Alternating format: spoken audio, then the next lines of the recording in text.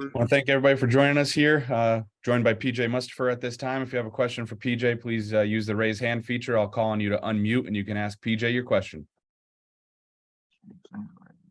If you are currently unmuted, if you could please mute yourself, that would be great. Joe Smeltzer. Hey PJ, how are you this morning? Good. How you doing? Doing well, thanks. Good, So how exciting is it just for you to play Ohio State again, being that you obviously weren't able to play against them last year because of your injury? Oh man, real exciting, dog. I remember I was sitting in the Penn Stater last year because I just got done my surgery. Just got back in town, and it's just like, man, I wish I could be out there with the guys and just watching them, fly around. 7:30 last year at their place. It was incredible to watch, but at the same time, I'm like, man, I really want to be out there and be a part of that. But it's a tremendous opportunity for us. Can't wait to get out there and play those guys again. They got a tremendous program over there, and every time we compete, it's a great game. So looking forward to the opportunity for us and this team. Tyler Donahue.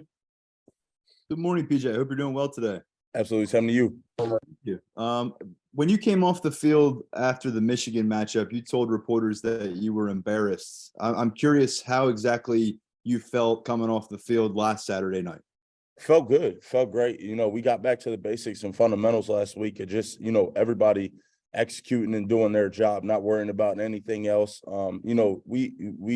I think last week we understood that, we're not on the field by ourselves. It's 11 guys out there.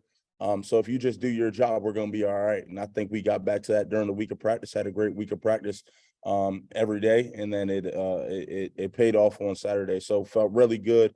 But we're just getting started. There's obviously areas to improve. So we'll do that this week and then get ready to rock and roll on Saturday. Rich Scarcella. Morning, PJ. Morning. What makes the Ohio State offense so productive, so successful? Well, they're a team that's never off schedule. They want to run the ball when they want to run the ball. They want to throw the ball when they want to throw the ball, and they get a good chunk of yards. And at any time they can have an explosive play. So they do a phenomenal job of executing what they want to execute each and every down. And so, that's definitely a challenge for the defense, because when you get in those situations where it's third and short, third and medium, you don't know if it's a run or a pass. So, they got a phenomenal leader in the quarterback, explosive playmakers on the edge, and a great offensive line. So really all across the board, they're a great team. Like I said, it's going to be a tremendous matchup for us. Donnie Collins. Hey, PJ, you mentioned the offensive line. How do they compare to Michigan, and what makes these guys so good?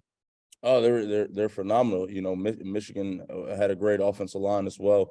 They're really stout at the point of attack. Not too many guys are going to knock them back. They come downhill and they got really good feet. So they're a big group, but they're also an athletic group. So in the trenches, it's going to be a battle. So we can't wait for that. I'm excited for the opportunity to go against them.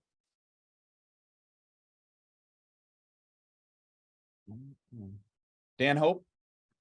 Hey, PJ, I mean, you guys haven't beaten Penn State and you guys haven't beaten Ohio State in 5 years. Just how does that play into your guys' motivation of, wanting to get a win in this series? This team's different. The team we have this year isn't the same as last year or 2019, 2018, 2020. This is a different group of men. So we're not really concerned with, what's going on in the past. We're just focused about right now. If we take care of business this week in practice and do what we're supposed to and focus on what we have to focus on, then we give ourselves the best opportunity. So, like I said, we just got to control what we can control, and that starts in practice today and moving forward throughout the week. And then Saturday we just have to go out there and play. It's going to be a great game. I'm truly excited. But the preparation is key. Ron Snyder. PJ, thanks for doing this. How would you guys evaluate just how important the start of the game is? You saw how that Iowa game started against them. So how important is getting off to a good start in this game to really give yourself a chance late to finish off and win it? Yeah, each and every week, Coach Franklin emphasizes, starting fast in practice.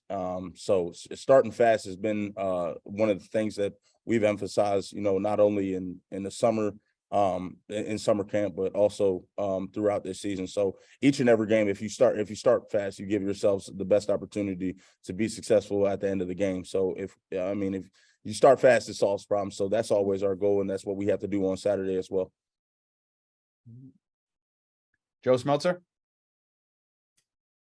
PJ, in your time at Penn State, you've only played Ohio State once in front of a full crowd. 2020 was obviously different. So that 2018 game was obviously a tough call. And what do you remember just about that game and that night?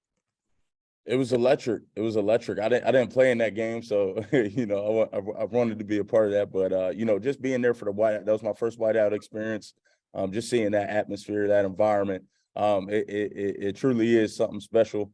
When those guys come into town, I'm sure our fans will be excited. But we can't look too deep into that. We got a job to do out there. So, but I'm excited, man.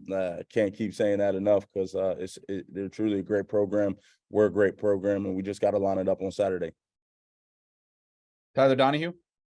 PJ, you've seen Curtis Jacobs play a lot of ball going back to high school. Have you seen him play a game like he played this past Saturday night? And what did you make of the results of the move of getting Abdul in the starting lineup and shifting Curtis back to his familiar spot? Oh, he was flying around. All those linebackers were flying around. And I think that's what we kind of preached last week. Up front, we had to make the job easier for our linebackers, and we weren't doing that necessarily against Michigan. So when your defensive line is getting vertical, getting penetration, and getting knocked back, allows the linebackers to just flow right in and make tackles. So, Curtis has done a tremendous job. He's using his athleticism. Curtis is a smart football player as well. It's not just all about his athleticism. He knows what's going on. And if I know you guys can hear what he has to say in the meeting room, but when he talks, everybody listens because he can tell that he knows what he's talking about and about different offensive formations and stuff like that. So, everything's starting to just shape into form for him. He's made plays all season, but I think he's really just starting to take that next stride and keep getting better and keep developing. So, dating back to high school, he's done a great job. He's always been an athletic freak, but, now everything's just starting to show up and it's paying off. Rich Garcella? PJ, I was just wondering, what did you see from your teammates last week bouncing back from Michigan and obviously playing well last Saturday? And is there such a thing as momentum when you have the mantra of being 1-0 every week? And do you feel like this team has momentum? I definitely think, people don't understand how big of a game, that was for us, losing the way we did at Michigan and then coming back against a Big Ten opponent, that had beaten us in 2019, that, the Minnesota is, they're a great program as well. I don't want to take anything away from what they've got going over there. They're no easy team to beat. And you could see that in 2019 when we went up there and lost to them.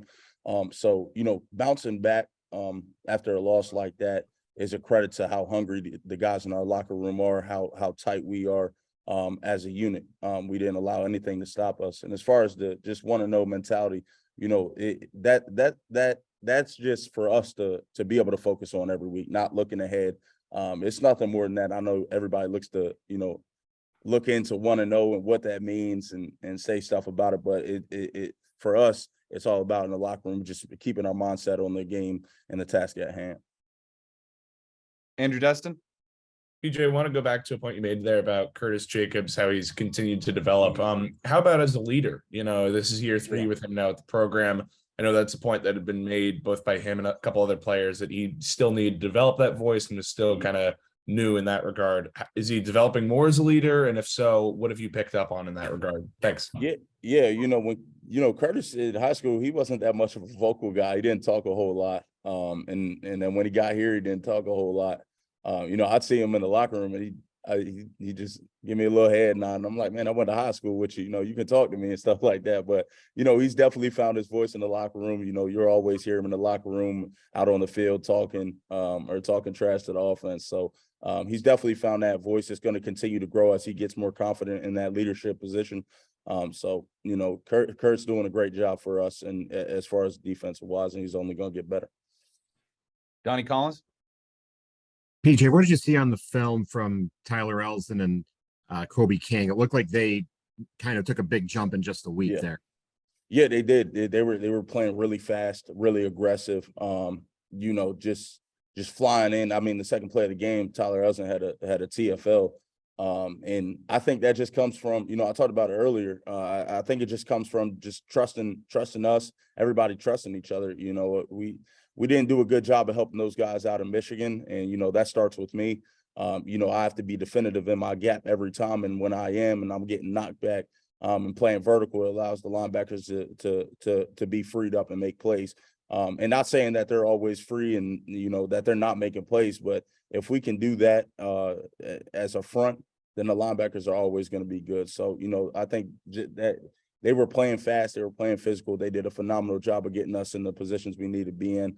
But at the same time, you know, it has to start with us, because we got to help those guys out too, just as much as they help us. Frank Badani. Hey, PJ, you talked about Curtis and Abdul Carter. So Mhm. could you notice any difference, anything you can point to as the way they played, the way they looked, what they did Saturday night together Mhm. compared to earlier in the season? Is there any change there? Is it just development? Is there something you can point to? I mean, it's those game reps. You know, that was our seventh game of the season. You know, clearly we're not going to be as crisp as we are at the first game of the season or the second game of the season. You know, we're just getting better. We're figuring ourselves out. Anytime you bring in a new defensive coordinator as well, you know, it takes time to adjust to him, and especially when you're a linebacker. You know, the linebacker position. I know that I don't play it, but you know, it's tough. They have to know a lot of stuff, and especially in Coach Manny's defense, they put a lot of information and stuff on them too. So you know, as the season goes on, you can see they're only getting better and better. And I think that's what you guys saw on Saturday night. So you know, hats off to them. They do a great job. I mean, you guys don't know how much they do for our defense, but they do a whole lot. Two more questions for PJ. Tyler Donahue. Yeah, PJ, I'm going to ask you about an offensive player now. Vega Ioane got involved. He was had a nice block on the Nick Singleton touchdown run. You saw a lot of him on the practice field, I'd imagine, since he got to campus. What has he done to get your attention at guard and to put himself in a spot to play big boy football in the Big Ten as a true freshman? Well, he's a big guy as it is. You know, size really isn't a detriment to him. You know, he's a big dude. You know, he's stout at the point of attack. He got strong hands. You know, he's done a phenomenal job. He just works, puts his head down and work. He's not really worried about anything else, but just, you know, coming to work every day. Quiet guy, nice guy. You know, really glad to have him in the locker room as a young guy who loves to learn from the older guys in that offensive line room. So he's just hitting his stride. It's nice to see him out on that field, because I know in the practice field, I've gone up against him a couple of times. And, you know, every time you go up against him, you got to be ready, because if not, he'll punch you right in your chest. That's how strong he is. So, you know, he's only going to get better. He's still a young guy, but, you know, as the reps keep going and he gets better, sky's the limit. Final question for PJ. Joe Smeltzer. Hey, PJ, so you've known Keziah for a long time, both Maryland guys. How would you say that he's done this season since making his late debut week 5? And how have you seen him kind of evolve as a person since he got to Penn State? Yeah, I think he's just getting better and better each week. You know, when he first got back at the Northwestern game, you know, you know, anytime you coming off of not playing football for a while, you know, you're going to be a little rusty. But then I think that Michigan game, you started to see flashes. And against Minnesota, you know, he was doing a lot of things in the trenches that won't get talked about. He was getting knocked back as a nose, as a 3. He was getting vertical penetration. So, you know, you can tell he's starting to get back to that Keziah from last year. So you know, he's done a tremendous job. I'm glad to have him back in the defensive line room. He adds a ton of value to us, and as he knocks that rust off, man, you'll start to see him just make play after play, because that's how dominant of a defensive tackle he can be. And you know, since he's gotten to college, I definitely think, you know, he's grown up and he's matured a whole lot. You know, we're young kids when we first get here. We don't know everything. And so once you start to figure everything out, you just get more comfortable in the system on and off the field. And I think that's what, you know, you've seen from Kazai. You know, he's starting to be a great player, but off the field, you know, he's even becoming a better guy. So that's my brother. Love that guy. And, you know, go to war for him. Thanks, PJ. Really appreciate the time and good luck on Saturday. Absolutely. Thank you, guys. Thank you, PJ. By Juice Scruggs. If you have a question for Juice, please use the raise hand feature. I'll call on you.